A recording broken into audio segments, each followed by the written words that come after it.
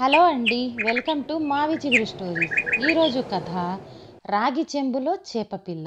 ఈ కథ మొదలుపెట్టే ముందు ఈ ఛానల్ని కొత్తగా చూసేవారు, ఇంతవరకు సబ్స్క్రైబ్ చేయనివారు తప్పకుండా సబ్స్క్రైబ్ చేసి సపోర్ట్ చేయండి. ఈ కథ పూర్తిగా చూసి మీకు ఎలా అనిపించిందో కామెంట్ చేయండి. ఇక కథ మొదలు పెడదాం. సుబ్బమ్మ గారు పండు ముత్తైదువు, 70 ఏళ్ళు దాటుతున్న కాయబారు మనిషి. నడుం వంగలేదు, చూపు తగ్గలేదు. నిప్పుల మీద నీళ్లు చల్లేటంత ఆచారం, నిప్పుతో నీళ్ళని శుద్ధి చేసేటంత వీరమడి.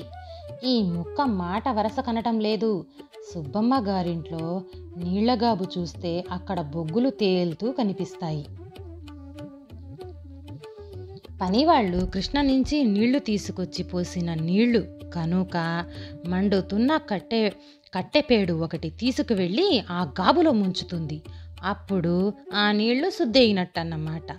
అలా శుద్ధి అయిన నీళ్లతో కళ్ళాపు చల్లి ముగ్గులేసి ఆ పైన వంటిల్లు అలుక్కొని పొయ్యి అలికి అక్కడ మళ్ళీ ముగ్గు వేసి కృష్ణకి స్థానానికి బయలుదేరి దప్పటికి అప్పటికే 9 అవుతూ ఉంటుంది.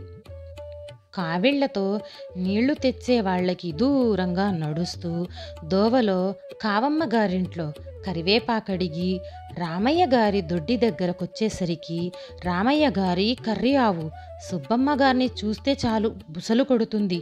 సుబ్బమ్మ గారికేమో ఆ ఆవంటే గొప్ప భక్తి. అదేం కర్మో, ఆ ఆవు ఈవిడ్ని చూడ్డం ఆలస్యం.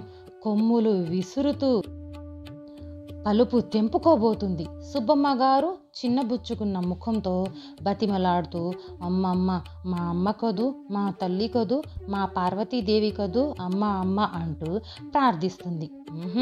ఆ ఆవు వినదు. రుసరుసలాడుతూ కదం తొక్కుతుంది. ఇక లాభం లేదని రామయ్య గారి పాలేర్ని పిలిచి పలుపు పట్టుకోమని సుబ్బమ్మ గారు అంటుంది. ఆవు వెనక్కి వెళ్ళి ఆవు పంచకం తల మీద చల్లుకుని దండం పెట్టుకుని కృష్ణారేవుకొచ్చేసరికి 10 గంటలవుతుంది. బట్టలు తుక్కొని స్నానానికి నీళ్లలోకి దిగేసరికి మరో అరగంట. సుబ్బమ్మ గారి స్నానం అయ్యేసరికి సూర్యుడస్తమిస్తాడని వాడుక. ఆవిడ స్నానాన్ని చూడవలసిందే. ఎన్ని వందల సార్లు నీళ్లలో మునుగుతుందో ఇక చెప్పలేము.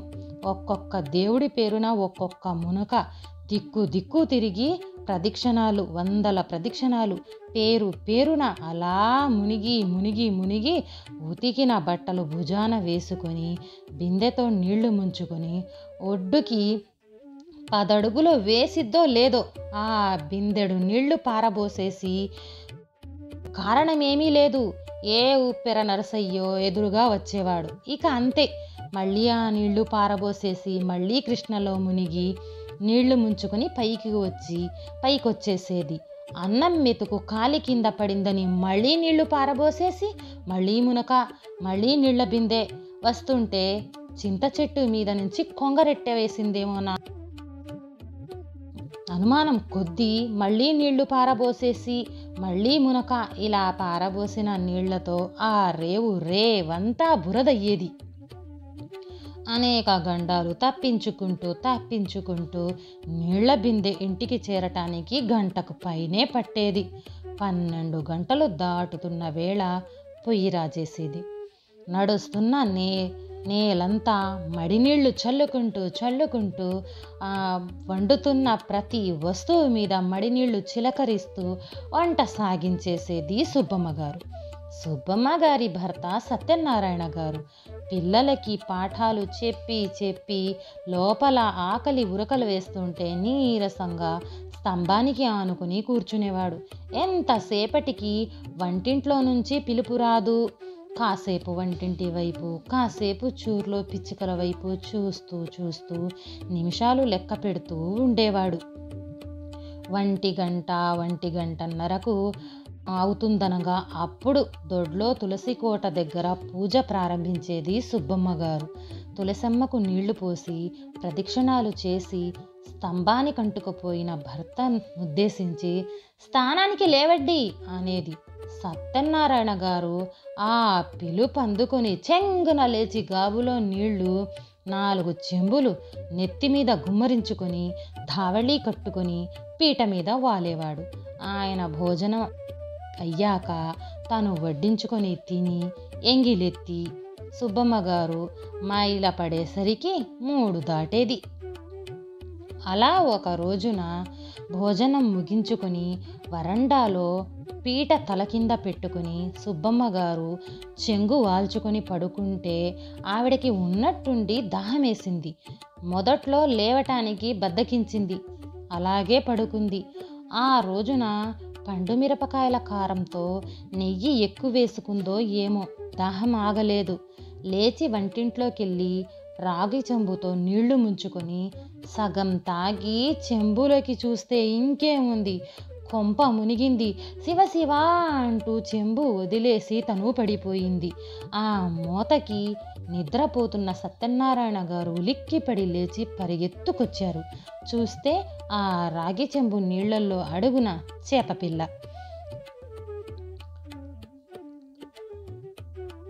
తలుపుకు ఆనుకొని చెంగు కళ్ళ కట్టం పెట్టుకొని కుమిలిపోతుంది సుబ్బమ్మ గారు.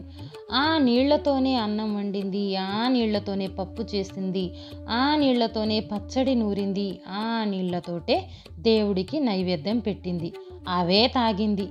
అలా తన మడి మండిపోయింది. కుళ్ళి కుళ్ళి ఏడుస్తుంది పాపం సుబ్బమ్మ గారు. అలా ఏడుస్తున్న సుబ్బమ్మ గారిని చూసి సత్యనారాయణ గారు, పిచ్చిదానా, నువ్వు స్నానం చేసే కృష్ణలో చేపలు లేవా? నువ్వు తినే అన్నం కాలికి తగిలితే మైలనా? నీ లోపల మైల లేదా? సుబ్బమ్మ గారు కళ్ళెత్తి చూసింది. ఎవ్వర్ని అంటకుండా మడిగా ముత్యపు చిప్పలో ముత్యంలా బతకాలి అనుకుంది. నీళ్లల్లో చేపలాగా బతకాలని తెలిసింది కాదు. అందుకేనేమో రామయ్య గారి కర్రీ ఆవు తనని చూస్తే పొడవటానికి వస్తుంది. ఈ కథ నచ్చితే లైక్, షేర్ చేసి సబ్స్క్రైబ్ చేయండి.